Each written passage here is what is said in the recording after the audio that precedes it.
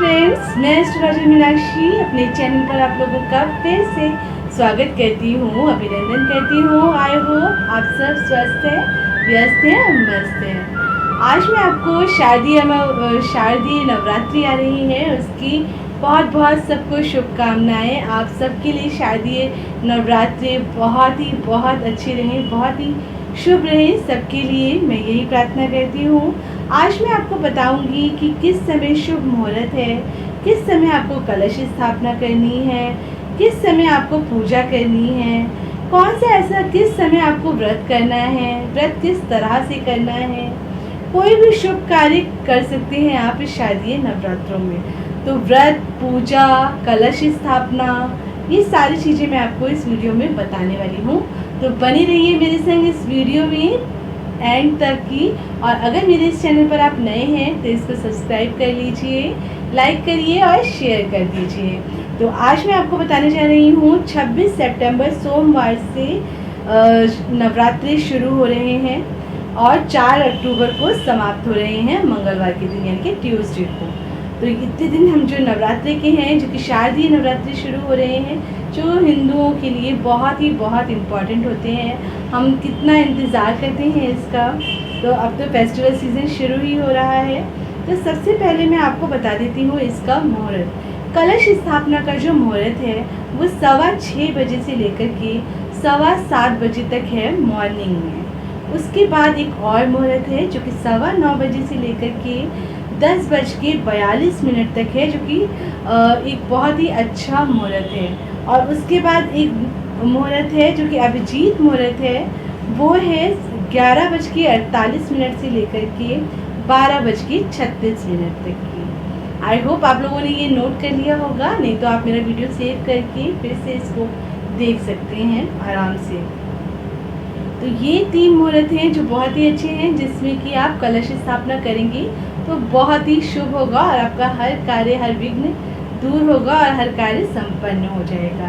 इन तीनों में से किसी भी मुहूर्त पर कलश स्थापना आप कर सकते हैं। सुबह जल्दी उठिए, शारदीय नवरात्रि में सुबह जल्दी उठ जाइए। आप साफ़ सुथरे कपड़े पहनिए, नए कपड़े पहनिए, जैसे भी आप कह सकते हैं, बस साफ़ होने चाहिए वो कपड़े आप पहन लीजिए। एक चौकी ले लीजिए और चौकी लगाइए। अपना मुख कोशिश करिए कि पूर्व की तरफ हो या उत्तर की तरफ हो, या फिर उत्तर और पूर्व की तरफ हो। जोत जलाइए या अखंड जोत जलाइए, दोनों में से कुछ भी। बहुत सारे लोग अखंड जोत जलाते हैं, या अगर आप अखंड जोत जलाना चाहते हैं तो इस शारदीय नवरात्रि पर भी अखंड जोत जला सकते हैं। नहीं तो नॉर्मल जोत आप जला रहे हैं तो जोत जला लीजिए।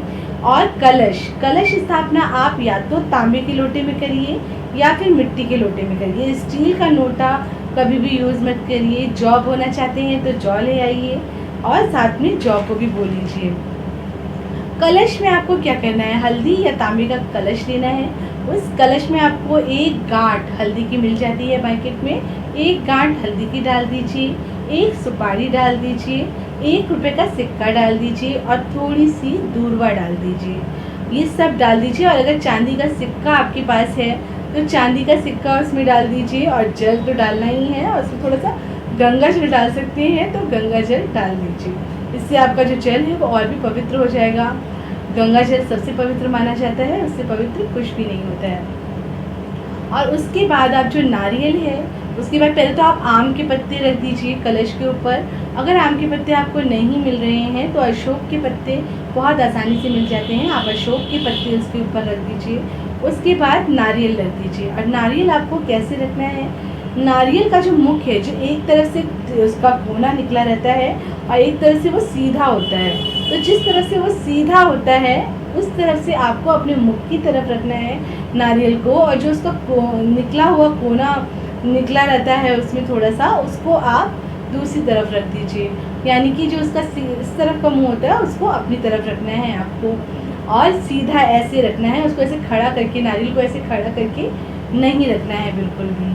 इस तरह से आप नारियल रखेंगे तो ये ज़्यादा अच्छा रहता है, ऐसे ही नारियल को रखना चाहिए। अब ये आपने कर लिया है, नारियल रख लिया है, नारियल कलश स्थापना कर ली है।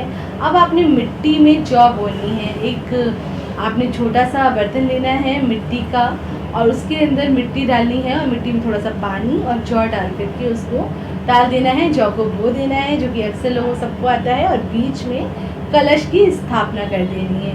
और फिर हमें करना है गणपति का ध्यान। गणपति बप्पा मोरया, गणेश जी का ध्यान करिए और गणेश जी की पूजा आराधना करिए और प्रार्थना करिए कि आपकी हर पूजा निर्विघ्न स्वीकार हो जाए। तो आप इस तरह से कलश की स्थापना करिए गणेश जी की पूजा करने के बाद, और जिसकी भी आप पूजा आराधना करना चाहते हैं वो कर लीजिए। और सबसे बाद में आप माता रानी की पूजा करिए और उसके बाद माता रानी की पूजा करिए, आरती करिए, दुर्गा सप्तशती का पाठ करिए। जो भी आप करना चाहते हैं उसको करिए। दुर्गा चालीसा का पाठ करिए, निवारण मंत्र का जप करिए। ऐसा करने से माँ जल्दी प्रसन्न होती है और आपकी मनोकामना को जल्दी पूरा करती है। जिस दिन जिस भी माता का दिन है उस दिन उसी माता का ध्यान करिए। जैसे कि 26 सितंबर को शैलपुत्री का दिन होता है, तो शैलपुत्री का दिन है जिस दिन, उस दिन आप शैलपुत्री माता का ध्यान करिए। 27 सितंबर को ब्रह्मचारिणी माता का स्वरूप का पूजा की जाती है, तो उस दिन उनका ध्यान करके पूजा करिए। 28 तारीख को चंद्र घंटा की पूजा करिए। 29 तारीख को कुष्ठमांडा का ध्यान करिए। 30 तारीख को स्कंद माता का, 1 को कात्यायनी माता का, 2 को कालरात्रि का और 3 तारीख को महागौरी का, और 4 अक्टूबर को जो कि लास्ट डे है उस दिन आप माँ सिद्धिदात्री की पूजा आराधना करिए।